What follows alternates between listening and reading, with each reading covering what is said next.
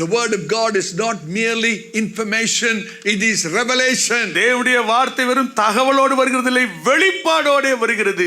Generation that neglects the word will eventually lose spiritual direction. வார்த்தையை புறக்கணிக்கிற ஒரு சந்ததி ஆவிக்குரிய திசை காட்டுதலை இறுதியிலே இழந்து போய்விடும். Friend, where is the solution for your problem? நண்பரே, உங்களுடைய பிரச்சனைக்கான தீர்வு எங்க இருக்கிறது? Are you listening? கேட்டுக்கொண்டிருக்கீங்களா? Dust on the Bible often reveals drought in your soul. உங்களுடைய வேதாகமம் தூசியில் இருந்தால் உங்கள் ஆத்துமா வறட்சியில் இருக்கிறது என்ற அர்த்தமாகும். எத்தனை பேர் தூசி தட்டிட்டு நீங்க பைபிளை கொண்டாந்தீங்க சர்ச்சுக்கு? Wrong company dulls spiritual hedge. கெட்ட சகவாசம் உங்களுடைய ஆவிக்குரிய கூர்மையை மழுங்க செய்து விடுகிறது. Secondly, இரண்டாவதாக sharpening through the scriptures. வேத வாக்கியங்களின் மூலம் கூர்மையாக்கப்படுதல். The word of God sharpens the mind. தேவனுடைய வார்த்தையானது மனதை கூர்மையாக்குகிறது. Purifies the heart. இருதயத்தை பரிசுத்தமாக்குகிறது. Stabilizes the soul. ஆத்மாவை திடப்படுத்தி சீர்படுத்துகிறது. The word of God is not merely information, it is revelation. தேவனுடைய வார்த்தை வெறும் தகவலோடு வருகிறதில்லை, வெளிப்பாடோடு வருகிறது. How many of you know scripture is the spiritual food? எத்தனை பேருக்கு தெரியும் வேத வாக்கியங்கள் தான் நமக்கு ஆவிக்குரிய ஆகாரம்? Scripture is the heavenly light. வேத வாக்கியங்கள் தான் பரலோகத்தின் வெளிச்சம். Scripture is the sword of the spirit. வேத வாக்கியங்கள் தான் ஆவியின் பட்டயம். Neglected scripture weakens the inner man. புறக்கணிக்கப்பட்ட வேத வாக்கியங்கள் உள்ளான மனுஷனை பலவீனப்படுத்துகிறது. The epistle of Hebrews says, எபிரேயருக்கு எழுதின நிருபம் சொல்கிறது, word is sharper than any two-edged sword. கர்த்தருடைய வார்த்தையானது இருபுறமும் கருக்குள்ள எந்த ஒரு பட்டயத்திலும் கருக்கானதாய் இருக்கிறது.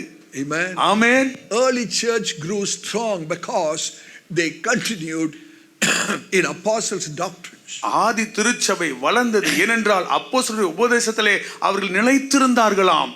Are you listening? கேட்டுக்கொண்டிருக்கீங்களா? Early church grew, became powerful and strong because they continued in apostles' doctrine. அப்போஸ்தலருடைய உபதேசத்திலே ஆதி திருச்சபை நிலைத்திருந்தபடினாலே ஆதி திருச்சபை வளர்ந்ததாம். A generation that neglects the word will eventually lose spiritual direction. தேவனுடைய வார்த்தையை புறக்கணிக்கிற ஒரு சந்ததி தேவனுடைய ஆவிக்குரிய திசை காட்டுதலை இழந்து போய்விடும். Listen, God is speaking. தேவ ஜனமே, தேவன் பேசிக் கொண்டிருக்கிறார், கவனித்து கேளுங்கள். A generation that neglects the word will eventually lose spiritual direction. வார்த்தையை புறக்கணிக்கிற ஒரு சந்ததி ஆவிக்குரிய திசை காட்டுதலை இறுதியிலே இழந்து போய்விடும். You take any problem in life, வாழ்க்கையில் உள்ள எந்த ஒரு பிரச்சனை எடுத்துக்கொள்ளுங்களேன், whether spiritual, ஆவிக்குரிய பிரச்சனையா இருக்கட்டும், emotional, உணர்வு ரீதியாக இருக்கட்டும், relational, உறவு ரீதியாக இருக்கட்டும், or even financial, ஏன் பணக்காரியமாய் கூட இருக்கட்டும், only two main reasons. ரெண்டு பிரதான காரணங்கள் தான். Number one, முதலாவது, if you lack the word of God, if you lack the knowledge of the word, கர்த்தருடைய வார்த்தையை குறித்த அறிவு உங்களுக்கு குறைவுபடுமானால், if you lack prayer in your life, உங்கள் வாழ்க்கையில ஜெபத்திலே குறைவுபடுவீர்களானால், these are the two main reasons why people continually struggle. ஜனங்கள் தங்களுடைய வாழ்க்கையில தொடர்ந்து போராடுவதற்கான ரெண்டு பிரதானமான காரணங்கள் இவைகள். Friend, where is the solution for your problem? நண்பரே, உங்களுடைய பிரச்சனைக்கான தீர்வு எங்க இருக்கிறது? In the word of God and in your communion with God through prayer. தேவனுடைய வார்த்தையிலே, அது மாத்திரமல்ல ஜெபத்தின் மூலமாக கர்த்தரோடு நீங்கள் கொண்டிருக்கிற அந்த ஐக்கிய உறவிலே. Amen. Amen. What does the Bible say in Hosea chapter 4 and verse 6? ஓசியா 4 அதிகாரம் 6வது வசனத்திலே பரிசுத்த வேதம் என்ன சொல்கிறது? Hosea chapter 4 verse 6. Hosea 4:6 This is a cry of God. தேவனுடைய கதறல் இதுதான். Oh, my people are destroyed for lack of knowledge. என் ஜனங்கள் அறிவில்லாமையினால் சங்காரமாகிறார்கள். Because thou hast rejected knowledge, I will also reject you. நீ அறிவை வெறுத்தாய், ஆகையால் நானும் உன்னை வெறுத்து விடுவேன். Brother, sister, சகோதரனே, சகோதரியே, how many of you know God is speaking? பேசுகிறவர் தேவன்தான் என்பதை எத்தனை பேர் அறிந்திருக்கிறீங்க? The heart of God. தேவனுடைய இருதயம் பாருங்கள். My people, என் ஜனங்கள், my people, என் ஜனங்கள் they are destroyed for lack of knowledge. அறிவில்லாமையினால் சங்காரமாகிறார்கள். Because thou hast rejected knowledge, God says, I will also reject you. நீ அறிவை வெறுத்தபடியினால் நானும் உன்னை வெறுத்து விடுவேன் என்று கர்த்தர் சொல்கிறார். Where do you get the knowledge? அந்த அறிவை எங்கே பெறுகிறீர்கள்? In the house of the Lord through God's word. தேவனுடைய வீட்டிலே கர்த்தருடைய வார்த்தையின் மூலமாக. Amen. Amen. By coming to Sunday morning service, listening to God's word. தேவனுடைய ஞாயிற்றுக்கிழமை காலையிலே கர்த்தருடைய ஆலயத்துக்குள்ள வந்து தேவனுடைய வார்த்தையை கேட்பதின் மூலமாக. Coming to God's house for the Sunday evening Bible study. ஞாயிற்றுக்கிழமை மாலை வேத பாட கூட்டத்திற்கு வருவதின் மூலமாக. Coming through sisters meeting and couples meeting, listening to God's word. சகோதரிகள் கூட்டத்துக்கு வருகிறது, தம்பதியர் கூட்டத்திற்கு வந்து கர்த்தருடைய வார்த்தையை செவி கொடுத்து கேட்பது. Why do we come together? ஏன் நாம் கூடி வருகிறோம்? For knowledge, friend. அறிவிற்காக நண்பரே. Sister, for knowledge. சகோதரியே, அறிவிற்காக. Knowledge of our Maker. நம்முடைய சிருஷ்டிகரை குறித்த அவரை அறிகிற அறிவு. Every time you listen to God's word, you are gaining knowledge of the word of God. தேவனுடைய வார்த்தையை செவி கொடுத்து கேட்கிறதான ஒவ்வொரு தருணத்திலும் கர்த்தரை அறிகிற அறிவினாலே நிரப்பப்படுகிறீர்கள். Amen. Amen. Every time you sit back at home, not coming to God's house on Sunday evening, you are missing the knowledge. ஒவ்வொரு ஞாயிற்றுக்கிழமை மாலை பொழுதிலே கர்த்தருடைய ஆலயத்துக்கு வராமல் வீட்டிலேயே அமர்ந்திருப்பேன் என்று நீங்கள் இருக்கும் பொழுது நீங்கள் தேவனை அறிகிற அறிவை இழக்கிறீர்கள். Do you think that you will gain knowledge by sitting before the television set?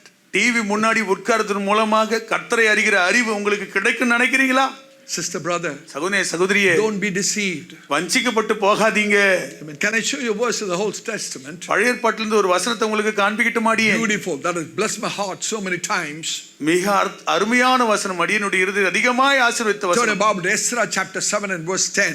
Ezra 7ஆம் அதிகாரம் 10வது வசனத்துக்கு வேதத்தை திறந்து பாருங்கள். Ezra chapter 7 and verse 10. Ezra 7ஆம் அதிகாரம் 10வது வசனம். Mark it in your Bible. உங்கள் வேதாகமத்திலே குறித்துக் கொள்ளுங்கள். For Ezra had prepared his heart to seek the law of the Lord and to do it and to teach it in Israel, statutes and commandments. கர்த்தருடைய வேதத்தை ஆராயவும் அதின்படி செய்யவும் இஸ்ரேலிலே கட்டளைகளையும் நீதி நியாயங்களையும் உபதேசிக்கவும் எஸ்ரா தன் இருதயத்தை பக்குவப்படுத்தி இருந்தான். Amen. Ezra prepared his heart.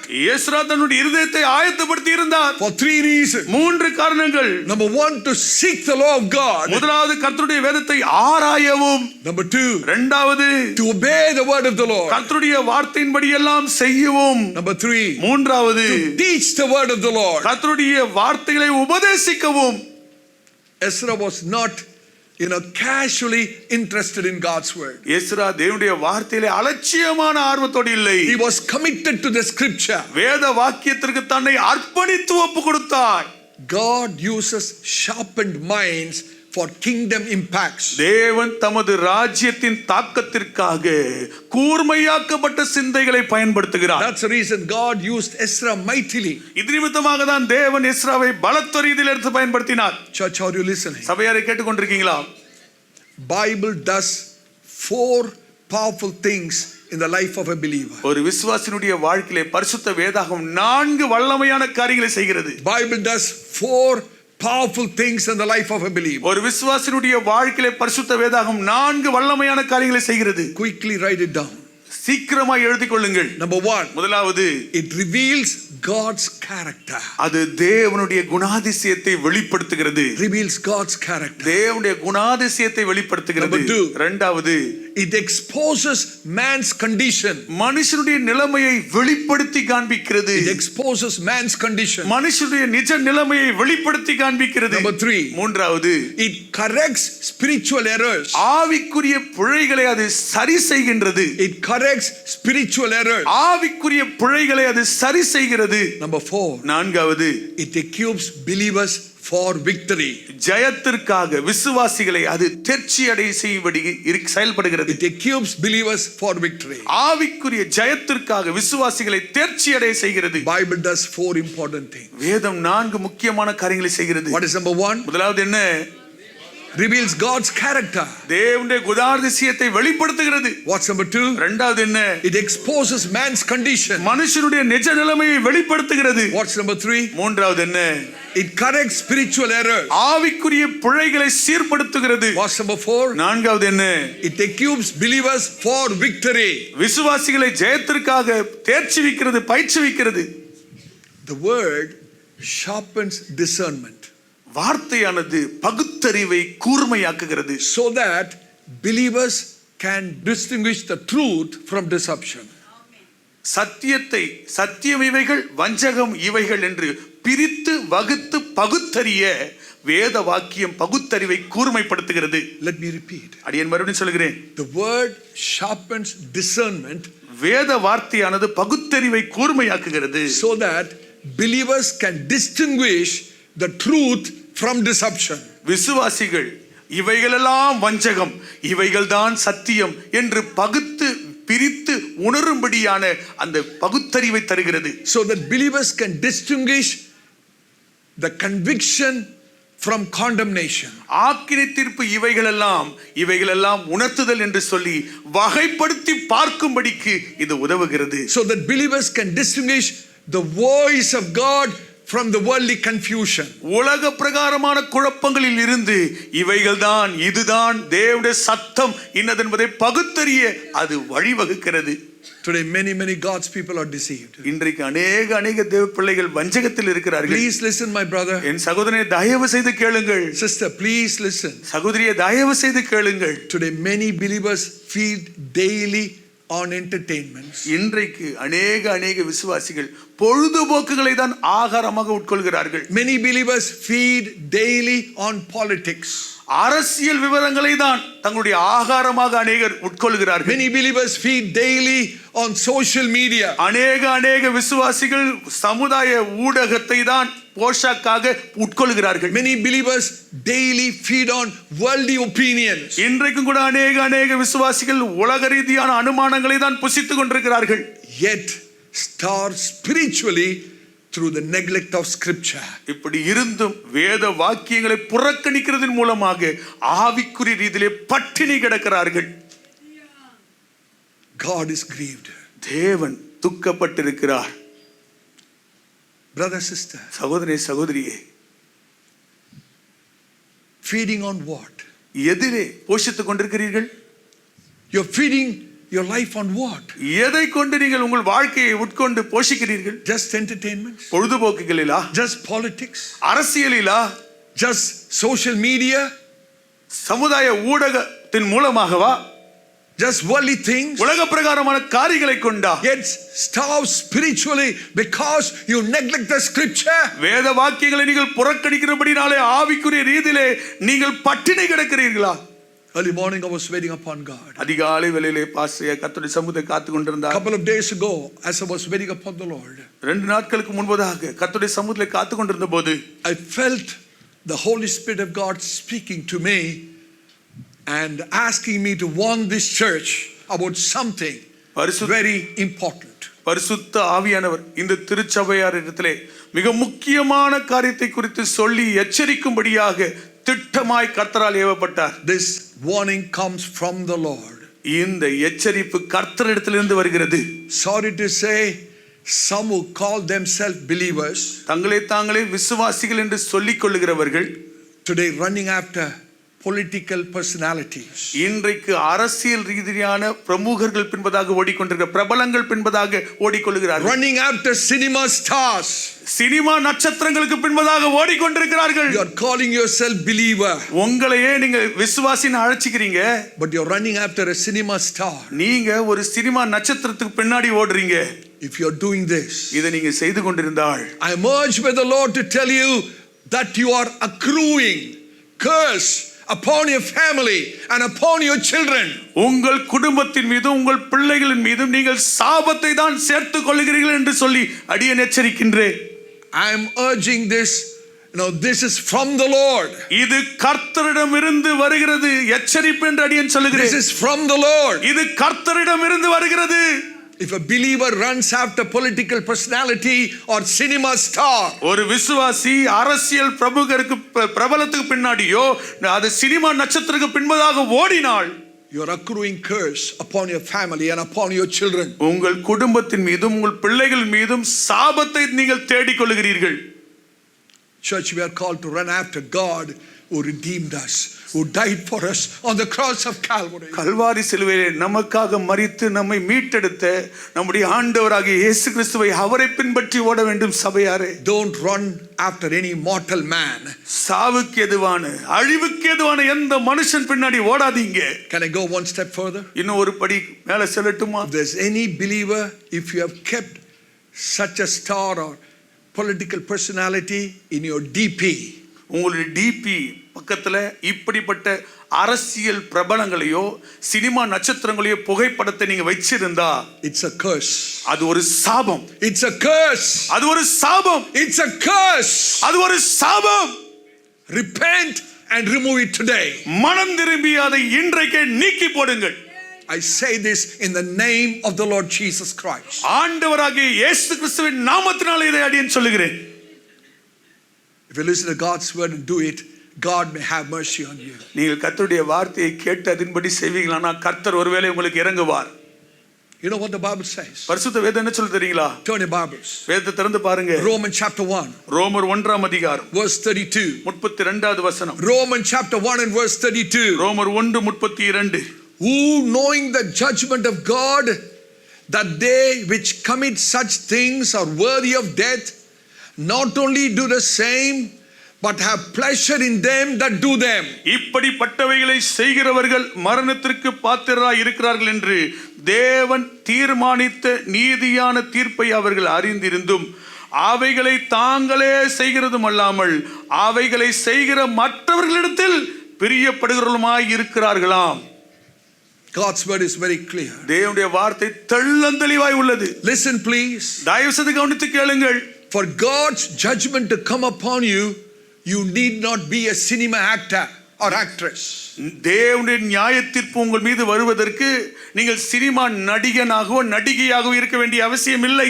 But if you take joy in them, it's enough for God's judgment to come upon you. அந்த சினிமா நடிகன் நடிகையின் பேரில் நீங்கள் மகிழ்ச்சி கொள்வீர்களானால் அது போதும் உங்கள் மீது தேவனுடைய நியாயத்தீர்ப்பு வர செய்வதற்கு. Repent today and return to the Lord. இன்றைக்கு மனம் திரும்பி தேவனிடத்தில் திரும்பி வாருங்கள். God never speaks to us in vain. தேவன் விருதாவாய் நம்மோடு பேசுகிறது இல்லை. Today many believers are spiritually dull because social media is increasing in their lives. இன்றைக்கு अनेक விசுவாசிகள் ஆவிக்குரிய ரீதியிலே மழுங்கலாய் இருப்பதற்கான காரணம் என்னவென்றால் அவர்களுடைய வாழ்க்கையிலே சோஷியல் மீடியா இந்த சமுதாய ஊடகமானது அதிகரித்து கொண்டே வருகிறது தான் காரணம். Bible meditation is decreasing. வேத தியானம் குறைந்து கொண்டே வருகிறது.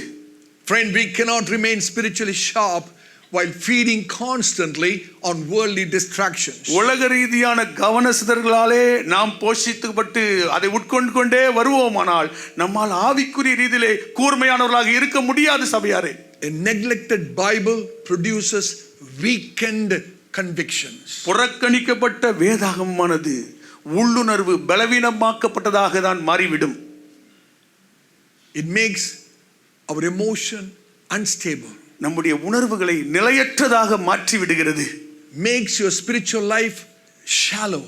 உங்களுடைய ஆவிக்குரிய வாழ்க்கையை ஆழமற்றதாக மாற்றி விடுகிறது. Neglected Bible produces compromised living. புறக்கணிக்கப்பட்ட வேதாகமானது உலகத்தோடு ஒத்து போகிற சமரசம் செய்கிற ஒரு வாழ்க்கைக்கு நேராக தள்ளி விடுகிறது. Think of a soldier entering the battle without a weapon. ஒரு யுத்த களத்திலே ஆயுதம் இல்லாமல் ஒரு ராணுவ வீரன் உள்ளே யுத்தத்துக்கு செல்வதை யோசித்து பாருங்கள். He is vulnerable, totally exposed. மிகவும் ஆபத்துக்குள்ளாக இருக்கிறான். அவன் உயிர் சாகடிக்கப்படுகிற நிலை உள்ளது. Are you listening? கேட்டுக்கொண்டிருக்கீங்களா? A soldier entering into a battlefield without a weapon. கையிலே யுத்த ஆயுதம் இல்லாமல் யுத்தத்திற்கு போகிற ஒரு சேவகனை யோசித்து பாருங்கள். He is totally vulnerable and exposed. அவன் மிகவும் ஆபத்தான நிலையில் இருக்கிறான். சீக்கிரத்திலே செத்து போய் விடுவான். In the same way, அதே போலதான் believers without scripture, they become easy targets for deception and temptation. வேத வாக்கியங்கள் இல்லாத விசுவாசிகள் சாத்தானுடைய வஞ்சகத்திற்கும் சாத்தானுடைய அவனுடைய சோதனைகளுக்கும் எளிதான இரைகளாக மாறிவிடுவார்கள். The Lord Jesus Christ defeated Satan in the wilderness not by emotion, ஆண்டவராகிய இயேசு கிறிஸ்து வனாந்திரத்திலே சாத்தானை உணர்ச்சிகளாலே தோற்கடிக்கவில்லை, but by declaring it is written.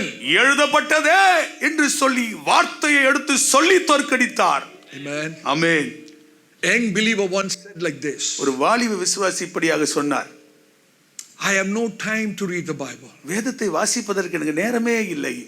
No time to read the Bible. வேதத்தை வாசிக்கிறதுக்கு நேரமே இல்லை. An elderly preacher replied like this, ஒரு வயதான பிரசங்கியார் இப்படி பதில் சொன்னார், then you are too busy to succeed spiritually. ஆவிக்குரிய ரீதியிலே நீ வெற்றி அடைவதற்கு அதிக அளவில் உள்ளவராய் இருக்கிறீரேப்பா. You cannot be successful in your spiritual life. உன்னுடைய ஆவிக்குரிய வாழ்க்கையில உன்னால வெற்றி அடைய முடியாதுப்பா. Do you know something? ஒன்று உங்களுக்கு தெரியுமா? Are you listening? கேட்டுக்கொண்டிருக்கீங்களா? Dust on the Bible often reveals drought in your soul. உங்களுடைய வேதாகமம் தூசியில் இருந்தால் உங்கள் ஆத்துமா வறட்சியில் இருக்கிறது என்ற அர்த்தமாகும். எத்தனை பேர் தூசி தட்டிட்டு நீங்க பைபிளை கொண்டாந்தீங்க சர்ச்சுக்கு? உங்களை தான் கேட்கிறேன். சண்டே மாத்திரம் தான் பைபிளை தூக்குறது ரொம்ப பரிதாபமான நிலைமை. Dust on your Bible reveals drought in your soul. உங்கள் வேதத்தில் உள்ள தூசு உங்களுடைய ஆவிக்குரிய வறட்சியை வெளிப்படுத்துகிறது.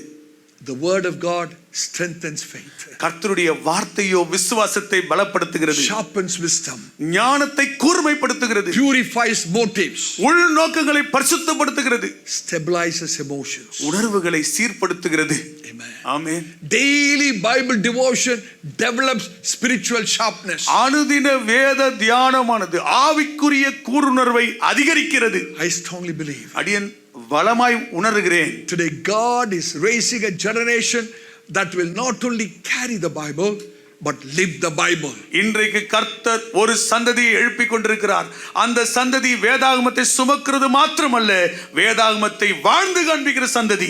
Amen. Amen. God is raising a generation who will not only carry the Bible but live the Bible. வேதாகமத்தை சுமக்கிற சந்ததியை மாத்திரமல்ல, வேதாகமத்தை வெளிப்படுத்துகிற சந்ததியை தேவன் இந்த நாட்களிலே எழுப்பிக் கொண்டிருக்கிறார்.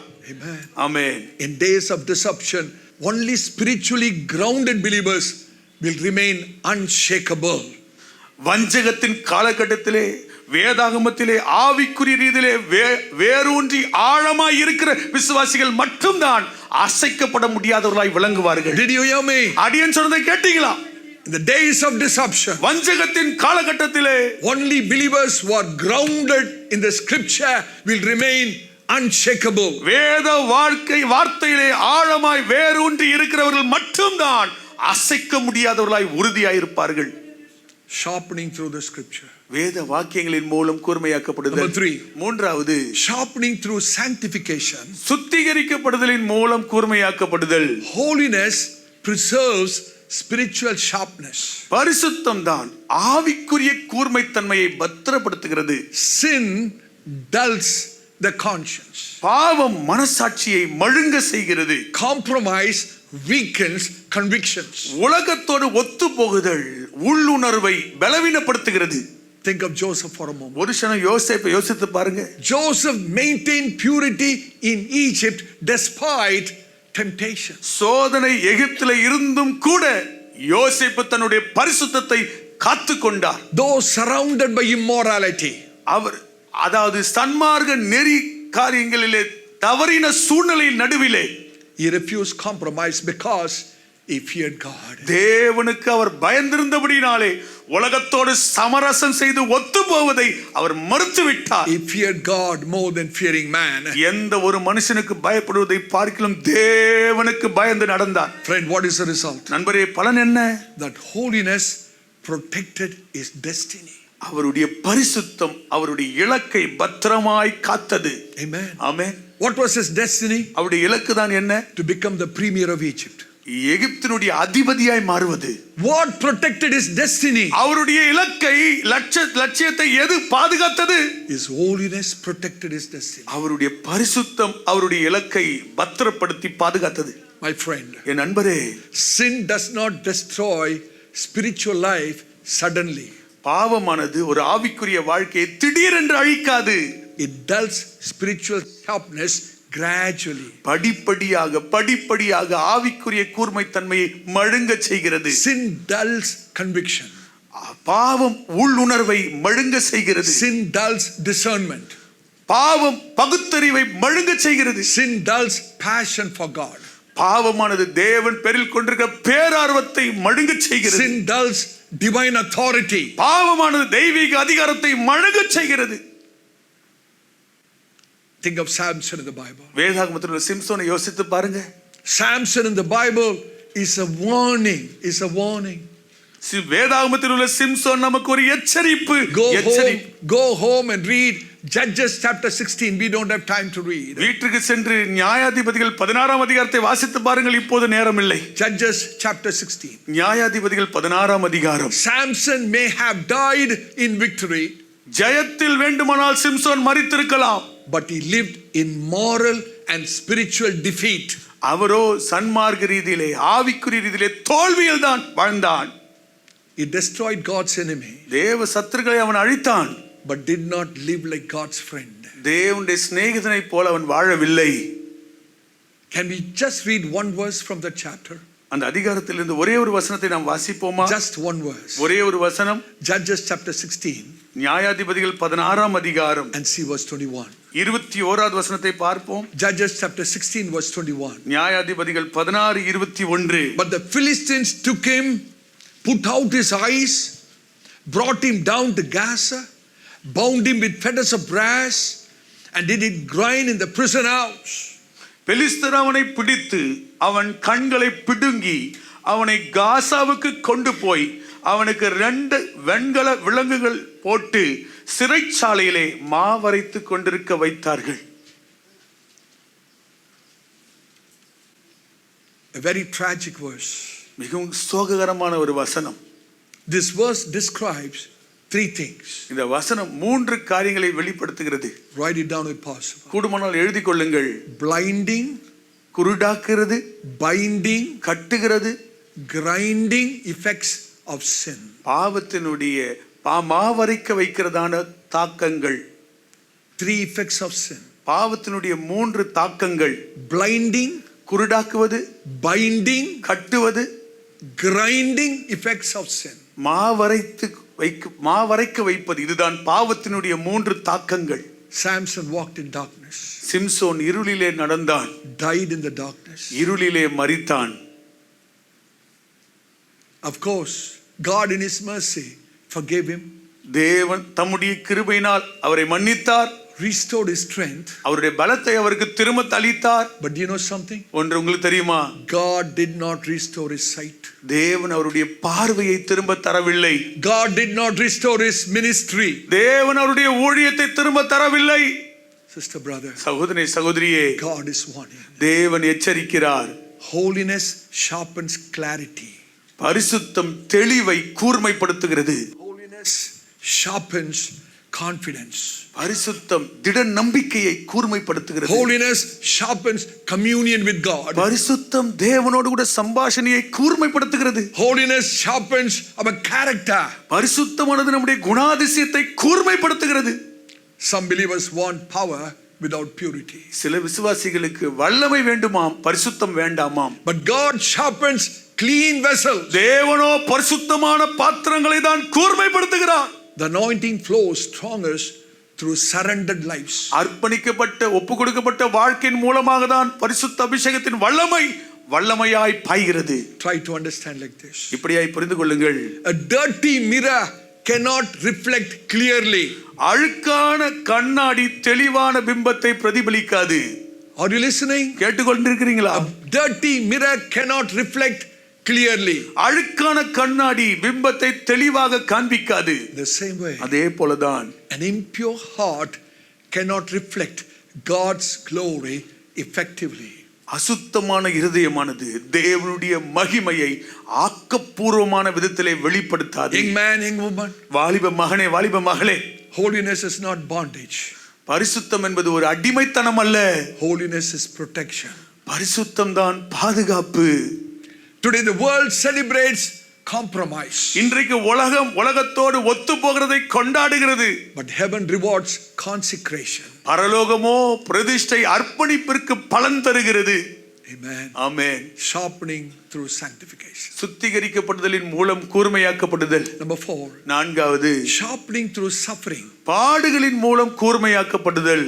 Trial often becomes God's sharpening tool. பரீட்சைகளானது தேவனுடைய கூர்மையாக்குற கருவியாக அடிக்கடியாக மாறுகிறது. Think of Job for a moment. ஒரு க்ஷணம் யோபு யோசித்து பாருங்க. Job emerged, came out from suffering with deeper revelation and greater spiritual maturity. ஆழமான வெளிப்பாடோடும் அதிகமான முதிர்ச்சியோடும் யோபு எப்பொழுது வெளிவந்தார்? அந்த பாடுகளின் பாதை வழியாக சென்ற பிற்பாடுதான் அப்படி அனுபவித்தார். Amen. Amen. When Job came out of his suffering, யோபு தன்னுடைய பாடுகளில் இருந்து வெளியே வந்தபோது came out with deeper revelation.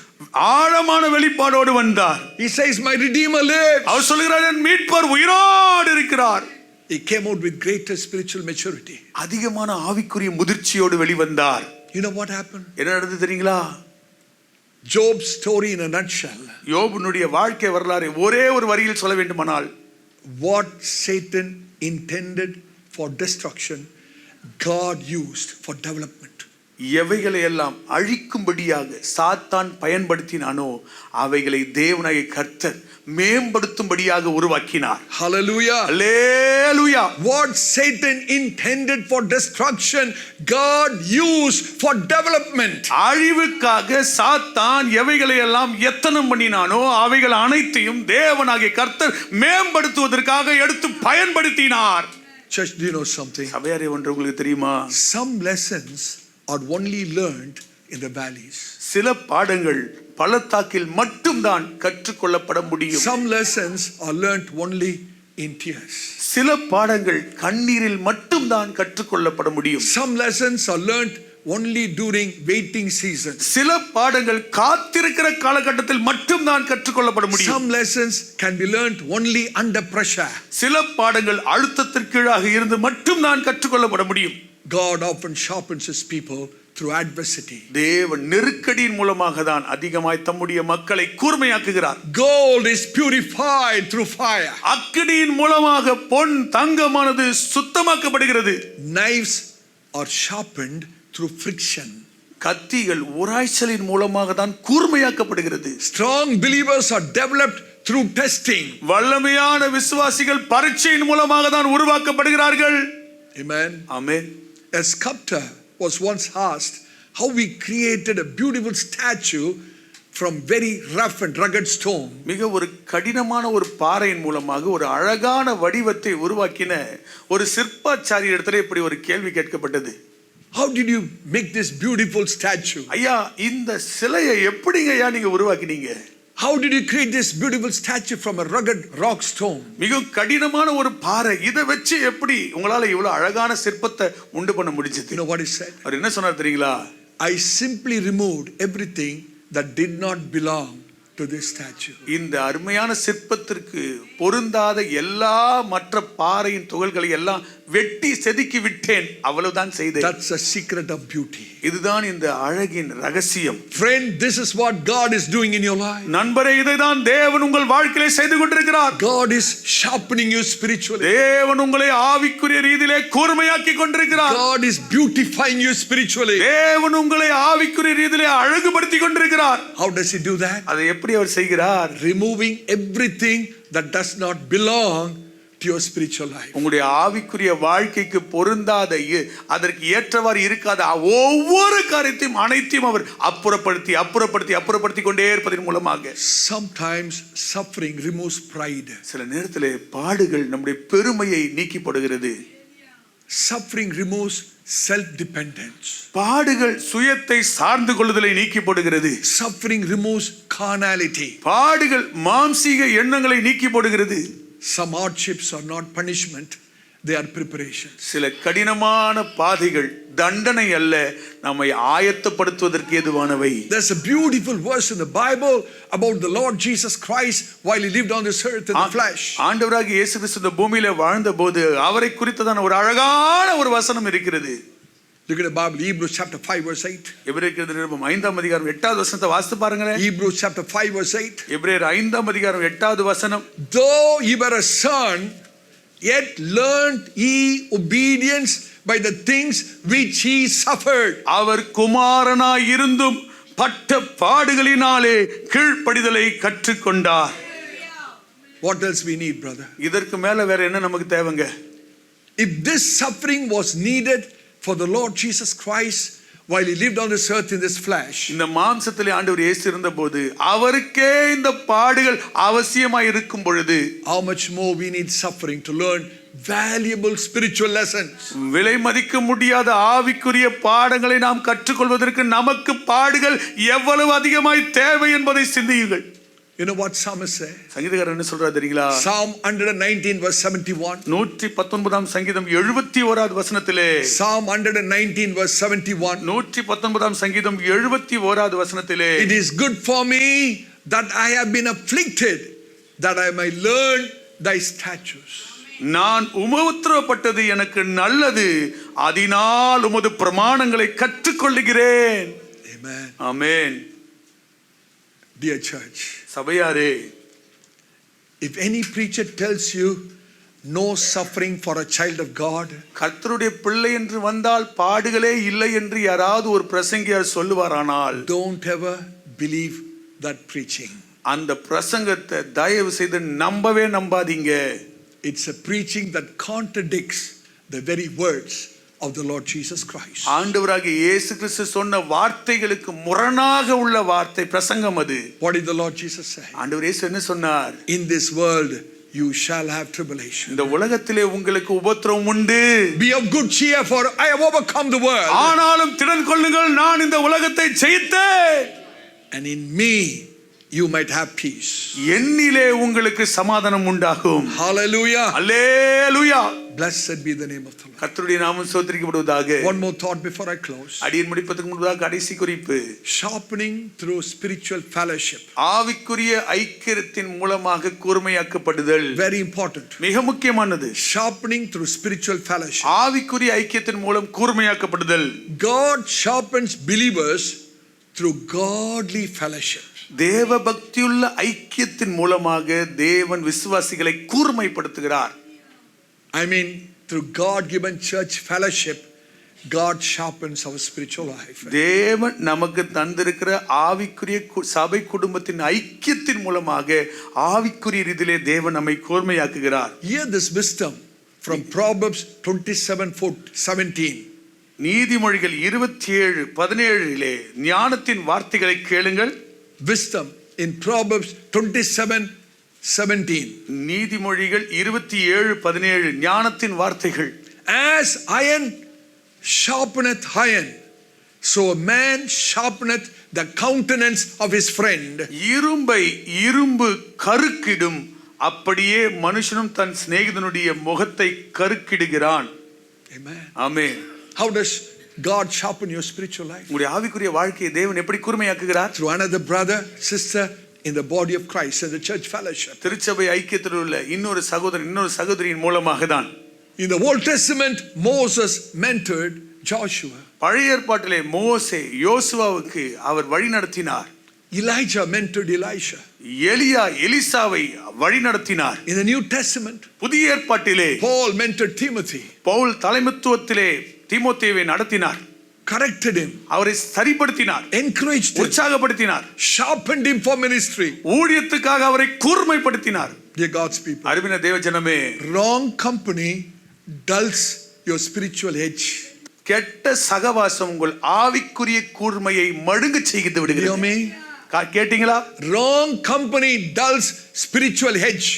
கெட்ட சகவாசம் உங்களுடைய ஆவிக்குரிய கூர்மையை மழுங்க செய்து விடுகிறது. Godly fellowship strengthens your spiritual growth. தேவ பக்தியுள்ள ஐக்கியம் தான் உங்களுடைய ஆவிக்குரிய வளர்ச்சியை பலப்படுத்துகிறது. I'm going to close. Think about this. அடியேன் முடிக்க போகிறேன். நீ சிந்தித்து பாருங்க. A single coal removed from the fire slowly loses the heat. அக்கினி தழலிலிருந்து எடுக்கப்பட்ட ஒரே ஒரு கரியானது தன்னுடைய அக்கினியை அது இழக்கிறது. Amen. Amen. A single coal removed from the fire slowly loses the heat. அந்த கட்டை யோசிச்சு பாருங்க, நெருப்பு எரிஞ்சிட்டு இருக்கு, அதுல இருந்து ஒரே ஒரு கட்டை எடுத்து வெளியே வச்சு பாருங்க, கொஞ்ச நேரம் வச்சு பாருங்க, குளிர்ந்து போயிடும். அக்கினி நெருப்பு அவிஞ்சிரும். In the same way, அதே போலதான் an isolated believer becomes spiritually cold. தனிமையா இருப்பேன் என்று தனிமைப்படுத்திக் கொள்கிற ஒரு விசுவாசி ஆவிக்குரிய ரீதியிலே குளிர்ந்து போய் விடுவார். If still neglected, இன்னமும் கூட அவர் அது புறக்கணிப்பாரானால் he or she will become frozen. அந்த நபர் உறைந்து போய் விடுவார். Amen. ஆமென். Somebody said, யாரோ ஒருவர் இப்படி சொன்னார், show me your companions, I will show your spiritual direction. உங்களுடைய தோழர்கள் யார் யார் என்பதை எனக்கு காண்பியுங்கள், அப்பொழுது உங்களுடைய ஆவிக்குரிய திசையை நான் காண்பிப்பேன். Beloved of the Lord, கர்த்தருக்குள் பிரியமானவர்களே, God is calling today, God is calling his people to, spiritual sharpness and spiritual wisdom. தேவனாய் கர்த்தர் ஆவிக்குரிய கூர்மையாக்கப்படுதலுக்கு நேராகவும் ஆவிக்குரிய ஞானத்திற்கு நேராகவும் நம்மை அழைக்கிறார். I strongly believe அடியேன் திடமாய் நம்புகிறேன். the days ahead of us require more than talent. நம்மை முன்பதாக எதிர்நோக்கி இருக்கிற காலத்தை எதிர்கொள்வதற்கு நம்முடைய தாளத்தை மிஞ்சினது The தேவை. days ahead require more than talents. நமக்கு முன்பதாக இருக்கிற காலத்திற்கு தாளந்துகள் மிஞ்சினது நமக்கு தேவை. நமக்கு முன்பாக இருக்கிற நாட்கள் தாளந்தை வைத்து ஓட்ட முடியாது. ஆமென். It requires more than talent, requires more than emotion, requires more than activity.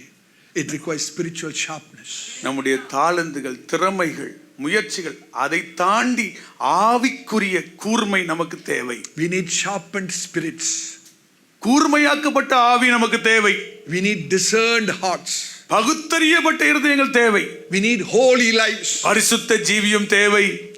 We need wise decisions. ஞானமுள்ள தீர்மானங்கள் தேவை. A dull believer struggles unnecessarily. கூர்மையற்ற விசுவாசி தேவையில்லாமல் போராடுகிறார். But a sharpened believer கூர்மையாக்கப்பட்ட விசுவாசியோ walks effectively. ஆக்கப்பூர்வமாய் நடக்கிறார். A sharpened believer walks safely and wisely.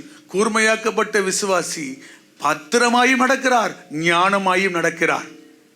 May God sharpen us through prayer, தேவன் நம்மை ஜெபத்தின் மூலமாக கூர்மையாக்குவாராக. through scripture, வேத வாக்கியங்களின் மூலமாக, through holiness, பரிசுத்தத்தின் மூலமாக, through suffering, பாடுகளின் மூலமாக, through godly fellowship. தேவ பக்தியுள்ள ஐக்கியத்தின் மூலமாக. We close our eyes right now. இப்பொழுதே நம்முடைய கண்களை மூடுவோமே. I feel the wonderful presence of God. கர்த்தருடைய அற்புதமான சமூகத்தை அடியேன் உணர்கிறேன். If possible, why don't we stand up to our feet?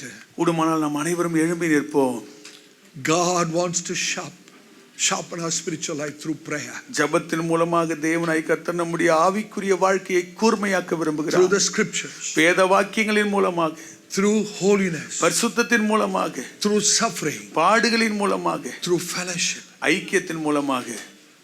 How many of you are willing to yield yourself to the Lord? நம்மில் எத்தனை பேர் நம்மையே தேவனுக்கு அர்ப்பணித்து ஒப்பு கொடுக்க முடியும்? How many of you can say, Lord, I surrender my life? நம்மில் எத்தனை பேர் சொல்ல முடியும், ஆண்டவரே என் வாழ்க்கையை ஒப்பு கொடுக்கிறேன். I feel the wonderful presence of the Lord. கர்த்தருடைய அற்புதமான திரு சமூகத்தை அடையேன் உணர்கிறேன். Oh, I feel the mighty anointing of the Holy Spirit. பரிசுத்த ஆவியினுடைய பலத்த அபிஷேகத்தை அடையேன் உணர்கிறேன். I feel the wonderful sway and the movement of the Holy Ghost in this place. இந்த இடத்திலே அன்பின் பரிசுத்த ஆவியானுடைய அசைவாடுதலை அடையேன் உணர்கிறேன். Thank you, Holy Spirit. நன்றி பரிசுத்த ஆவியானவரே. Come on, commit your life to the Lord, brother. இன்றைக்கு உங்கள் வாழ்க்கையை அர்ப்பணித்து ஒப்பு கொடுங்க If சகோதரனே. your prayer altar is broken today, reconstruct it. உங்களுடைய ஜெப பலிபீடம் இன்றைக்கு உடைக்கப்பட்டு இருக்குமானால் அதை திரும்ப செப்பனிட்டு கட்டி எழுப்புங்கள். If your prayer altar is damaged today, repair it in the name of the Lord. உங்களுடைய ஜெப பலிபீடம் அது உடைக்கப்பட்டு கிடக்குமானால் அதை செப்பனிட்டு சீர்படுத்தி கட்டுங்கள். Thank you, Holy Ghost. நன்றி பரிசுத்த ஆவியானவரே. If you have neglected scripture, if you have neglected evening Bible studies, if you have never neglected Bible meditation, tell the Lord today, Lord, forgive me. Give me a longing desire for your word.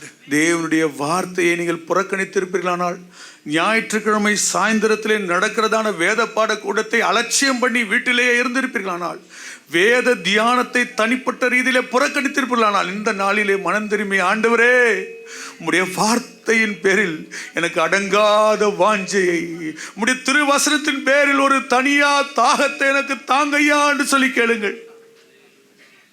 My friend, என் நண்பரே, your true inner spiritual rest is not in your home, it is in the house of God.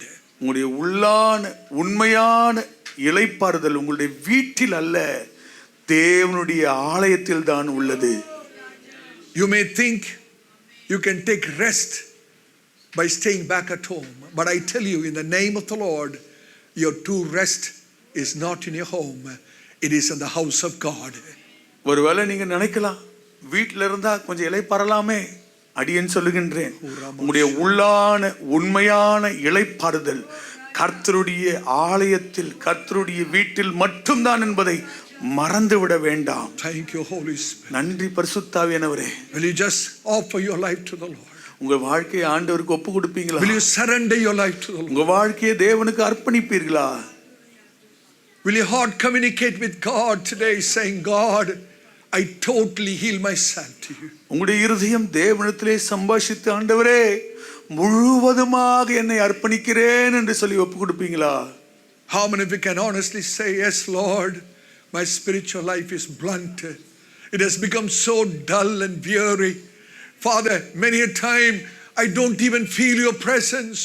I don't know what's happening to my life, but today I understand that my spiritual life needs to be sharpened. இன்னைக்கு நம்ம உண்மை உத்தமமாக மனம் திறந்து, ஆண்டவரே நான் கூர்மையற்று கிடக்கிறேன், ஆண்டவரே மழுங்கலாய் கிடக்கிறேன், சில நேரத்தில் உம்முடைய சமூகத்தை என்னால் உணரக்கூட முடியவில்லை, எப்படி என்னன்னு தெரிஞ்சு கொள்ள முடியல, இந்த நாளிலே என்னை கூர்மையாக்கும் ஆண்டவரே என்று சொல்லி உங்களை அர்ப்பணித்து ஒப்பு கொடுப்பீர்களா? How many of you can cry out to God? நம்மில் எத்தனை பேர் கர்த்தரை நோக்கி கதறி கேட்க முடியும்? Oh, I feel the mighty move of the Holy Spirit. பரிசுத்த ஆவியானுடைய பலத்த அசைவாடுதல் அடியேன் உணர்கிறேன். Holy Spirit, we thank you. நண்பின் பரிசுத்த ஆவியானவரே நன்றி Come on, செலுத்துகிறோம். everybody open your mouth and cry out to God. ஒவ்வொருவரும் வாயிலை திறந்து கர்த்தரை நோக்கி கதறி கேட்போம். Brother, sister, your spiritual condition, present condition should not continue. சகோதரனே சகோதரியே, உங்களுடைய நிகழ்கால ஆவிக்குரிய நிலைமை தொடரக்கூடாது. இப்படியே Your spiritual life must be sharpened. உங்களுடைய ஆவிக்குரிய வாழ்க்கை கூர்மையாக்கப்படணும். God wants to make your life very effective. தேவனாய் கர்த்தர் உங்களுடைய வாழ்க்கையை ஆக்கப்பூர்வமானதாய் மாற்றணும். God wants to make your life fruitful. தேவன் உங்களுடைய வாழ்க்கையை கனியுள்ளதாக மாற்றணும். God wants to make your life a blessing to many others. உங்கள் வாழ்க்கையை தேவனாய் கர்த்தர் அநேகருக்கு ஆசீர்வாதமாக மாற்ற விரும்புகிறார். Oh, thank you, Holy Spirit. நன்றி பரிசுத்தாவியானவரே. How many of you can surrender your life to the Lord? உங்கள் எத்தனை பேர் உங்கள் வாழ்க்கையை ஆண்டவருக்கு ஒப்பு கொடுக்க முடியும்? All to Jesus I surrender. என் ஆண்டவர் இயேசுவுக்கே முழுவதுமாக அர்ப்பணிக்கிறேன். All to Him I freely give. அவருக்கே அனைத்தையும் ஒப்பு கொடுக்கிறேன். All to Jesus. என் ஆண்டவர் இயேசுவுக்கே ஒப்பு கொடுக்கிறேன். All to Jesus. என் ஆண்டவர் இயேசுவுக்கே அனைத்தையும். All to Jesus. அனைத்தையும் என் ஆண்டவர் இயேசுவுக்கே. Oh, unconditionally. எந்த ஒரு நிபந்தனையின்றி, without any reservation whatsoever. எந்த ஒரு தங்கு தடையின்றி All to Jesus. அனைத்தையும் ஆண்டவர் இயேசுவுக்கு ஒப்பு கொடுக்கிறேன். As we sing this chorus, இந்த பல்லவி பாடுகையிலே, mean every word you sing, my friend. நண்பரே, நீங்கள் பாடுகிற ஒவ்வொரு வார்த்தையும் அர்த்தப்படுத்தி God பாருங்கள். wants to touch you this morning. இந்த காலை பொழுதிலே தேவன் உங்களை தொட விரும்புகிறார். God wants to sharpen your life before you leave the house of God. தேவனுடைய வீட்டை விட்டு கலைந்து செல்வதற்கு முன்பதாக தேவனாய் கர்த்தர் உங்களுடைய வாழ்க்கையை கூர்மையாக்க விரும்புகிறார். God wants to do something deep in your spiritual life. ஆவிக்குரிய வாழ்க்கையிலே தேவன் ஆழமான காரியத்தை ஒன்றை செய்ய விரும்புகிறார். நன்றி ஆண்டவரே. Shall we pray? நாம் ஜெபிப்போம். Heavenly Father, we thank you for your holy word this morning. பரலோக தந்தை, நம்முடைய பரிசுத்த திருவார்த்தைக்காக இந்த காலை பொழுதில் நன்றி செலுத்துகிறோம். We beseech you, God, with the depth, from the depthmost part of heart, crying unto you, saying, sharpen our spiritual lives. எங்களுடைய ஆவிக்குரிய வாழ்க்கையை கூர்மையாக்கும் என்று சொல்லி உள்ளத்தின் ஆழத்திலிருந்து கதறலோடு கதறி ஜெபிக்கிற இந்த ஜெப சத்தத்தை நீங்கள் தயவு கூர்ந்து கேட்கும்படிக்கு உம்மிடத்திலே மன்றாடி கேட்கிறோம். Oh Lord, remove our spiritual dullness. எங்களுடைய ஆவிக்குரிய மந்த நிலைமையை கர்த்தாவே நீர் நீக்கி போடுங்க ஐயா. Remove compromise and distractions.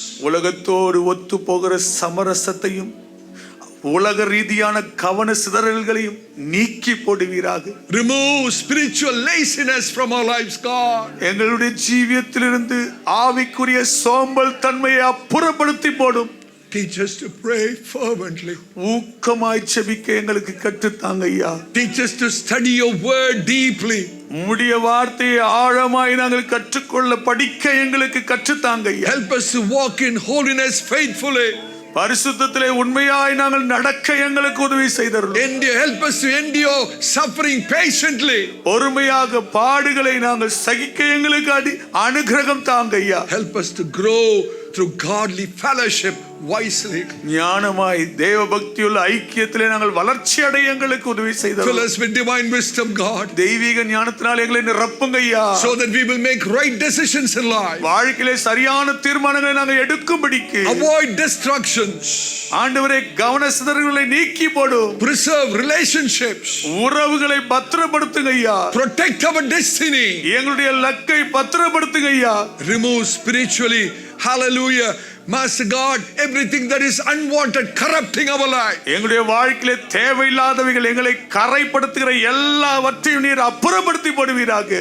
Sharpen our minds, God. எங்களுடைய சிந்தைகளை கூர்மையாக்குங்க ஐயா. Purify our hearts this morning. இந்த காலை பொழுதில் எங்களுடைய இருதயங்களை பரிசுத்தமாக்கும். Strengthen our faith. எங்களுடைய விசுவாசத்தை பலப்படுத்தும். Empower us for kingdom impacts. ஆண்டவரே ராஜ்யத்தின் தாக்கத்திற்காக எங்களை பலப்படுத்தி வல்லமையால் நிரப்புவீராக. We humble ourselves. எங்களுடைய வாழ்க்கையை தாழ்த்தி ஒப்பு கொடுக்கிறோம். Good and rest upon every head bowed this morning. சிறந்தாழ்த்தப்பட்டிருக்கிற ஒவ்வொரு மீதும் உடைய நன்மையான கரம் நீட்டப்படுவதாக. Bless your people. உம் ஜனங்களை ஆசீர்வதிங்க. Bless your people. உம் ஜனங்களை ஆசீர்வதிங்க. Lord, we cry unto you and we ask you to bless your people this morning. கதறி கேட்கிறோம் உடைய மக்களை நீர் ஆசீர்வதிக்கும்படி நாடுகிறோம். Bless your people spiritually, ஆவிக்குரிய ரீதியிலும் மக்களை ஆசீர்வதிங்க. so that they will be blessed in every other area of life. வாழ்க்கையில் உள்ள மற்ற எல்லா பகுதிகளிலும் அவர்கள் ஆசீர்வதிக்கப்படுவார்களாக. Continue to speak to hearts. தொடர்ந்து அடியாரோடு பேசுங்க ஆண்டவரே. We must decrease, you must increase. நாங்கள் சிறுக வேண்டும், நீர் ஒருவர் மாத்திரம் பெருக வேண்டும். We give you all the glory, honor and praise. உம் ஒருவருக்கே சகல துதி கன மகிமை செலுத்துகிறோம். In the wonderful name of the Lord Jesus Christ we pray. அற்புதராகிய ஆண்டவர் இயேசுவின் அற்புத நாமத்தில் ஜெபிக்கிறோம் நல்ல பிதாவே. Amen. Amen. Amen. May the grace of our Lord and Savior Jesus Christ, the love of the Father, the fellowship and the sweet communion of the Holy Spirit rest and abide with each one of us this day till the Lord Jesus Christ comes. நம்முடைய ஆண்டவராகிய இயேசு கிறிஸ்துவின் கிருபையும் பிதாவாகிய தேவனுடைய அன்பும் பரிசுத்த ஆவியினுடைய அன்யோன்ய ஐக்கியமும் நம் அனைவரோடு கூட இன்றும் என்றும் சீக்கிரமாய் வரப்போகிற ஆண்டவராகிய இயேசு கிறிஸ்துவின் வருகை பரிந்தும் இருப்பதாக. ஆமென். ஆமென். ஆமென். God bless you. God be with you. தேவன் உங்களை ஆசீர்வதிப்பார். தேவன் உங்களோடு கூட இருப்பாராக.